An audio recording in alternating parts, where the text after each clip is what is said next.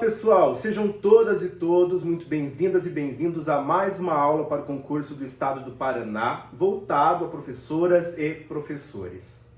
Na aula de hoje estudaremos sobre o Estatuto da Criança e do Adolescente, que ficou bastante conhecido pela sigla ECA.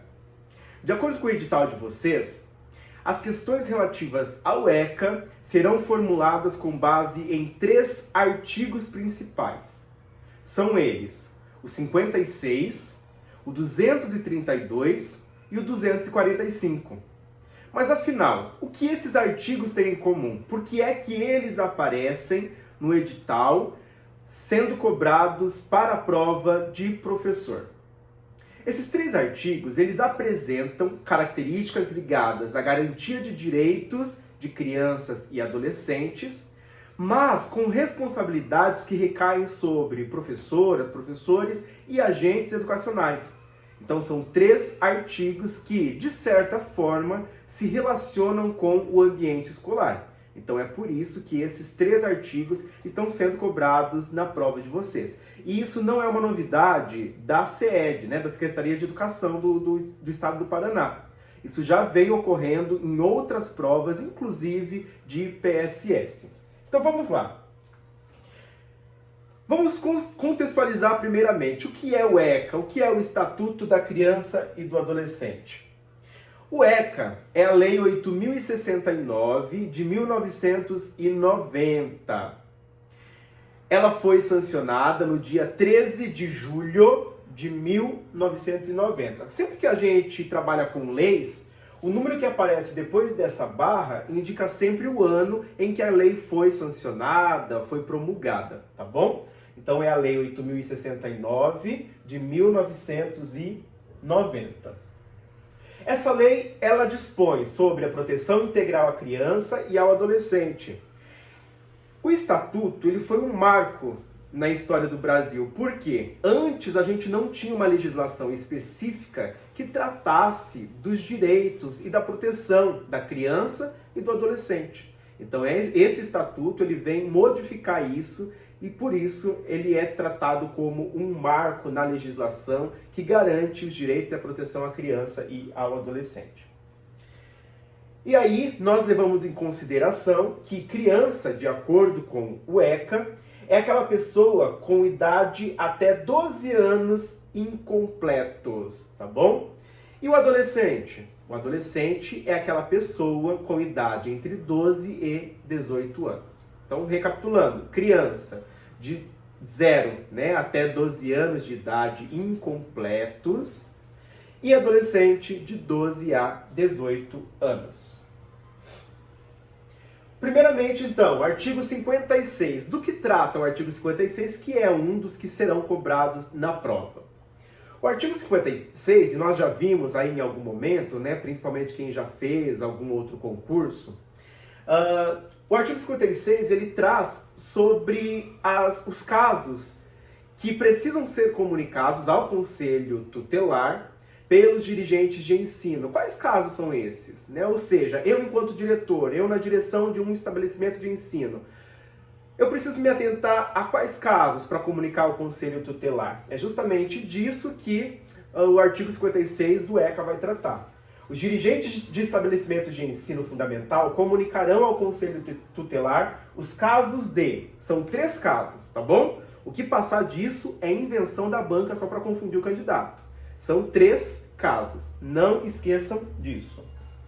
Primeiro caso, maus tratos envolvendo seus alunos. Então, sempre que o dirigente do estabelecimento perceber que o seu aluno pode estar sendo vítima de maus tratos, ele precisa comunicar ao Conselho Tutelar. Segundo caso, reiteração de faltas injustificadas, ou seja, o que é reiteração? É a ocorrência com frequência, de faltas injustificadas, ou seja, a criança não está com um atestado, ela não está com uma justificativa, tá? E além disso, de evasão escolar, a criança sumiu, não apareceu mais na escola, nunca. Quando é que esses casos precisam ser comunicados ao Conselho Tutelar? Precisam ser comunicados quando estiverem esgotados os recursos escolares. O que isso significa? Significa que antes de comunicar ao Conselho Tutelar, a escola precisa fazer tudo o que estiver ao seu alcance. tentar localizar essa família, procurar entender o porquê de essa criança, esse adolescente estar faltando. E aí, quando for esgotado todo o recurso escolar, é que esse comunicado é feito, então, ao Conselho Tutelar. E terceiro caso, elevados níveis de repetência. Então, quando o nível de repetência está alto, muito alto, esse caso também precisa ser comunicado ao Conselho Tutelar. Beleza? Então, aqui no artigo 56, nós temos os 3 casos que precisam ser comunicados pelos dirigentes de estabelecimentos de ensino ao Conselho Tutelar. Avançando. Artigo 232. Do que trata esse artigo?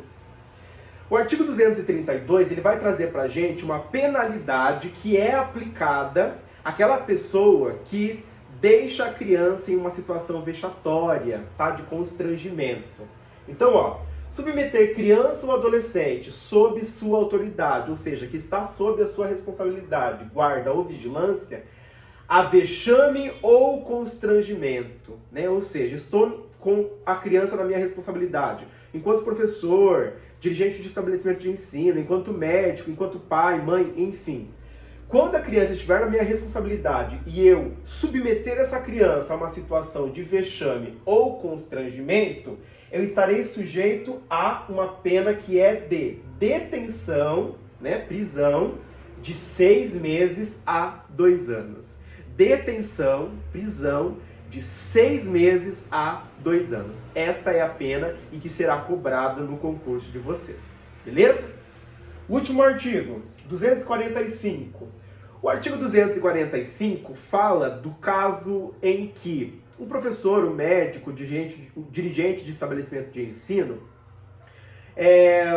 negligencia uma situação vivida por uma criança e por adolescente e não faz o comunicado ao Conselho Tutelar. Então vamos ver, deixar um médico, professor ou responsável por estabelecimento de atenção à saúde de ensino fundamental, pré-escola ou creche, de comunicar à autoridade competente, incluindo o Conselho Tutelar, como vimos, os casos de que tenha conhecimento envolvendo suspeita ou confirmação de maus tratos contra a criança ou adolescente.